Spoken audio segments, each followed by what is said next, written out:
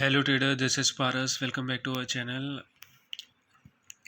आप देख सकते हैं इसमें अपसाइड की तरफ 66.570 के लेवल पर रिजेक्शन लेकर मार्केट डाउनसाइड की तरफ बढ़ता हुआ शो हो रहा है। तो जैसे ही इसमें 66.200 के लेवल को ब्रेक डाउन देता है, आप इसमें ट्रेड ले सकते हैं। टारगेट बनाएंगे आप 65.874 का।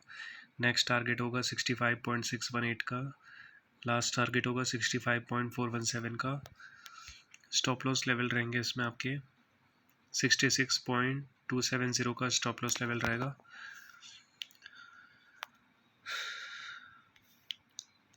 अगर अपसाइड की तरफ मोमेंटम हो तो आप 66.570 पर ट्रेड ले सकते हैं। टारगेट लेवल होगा 66.808 का।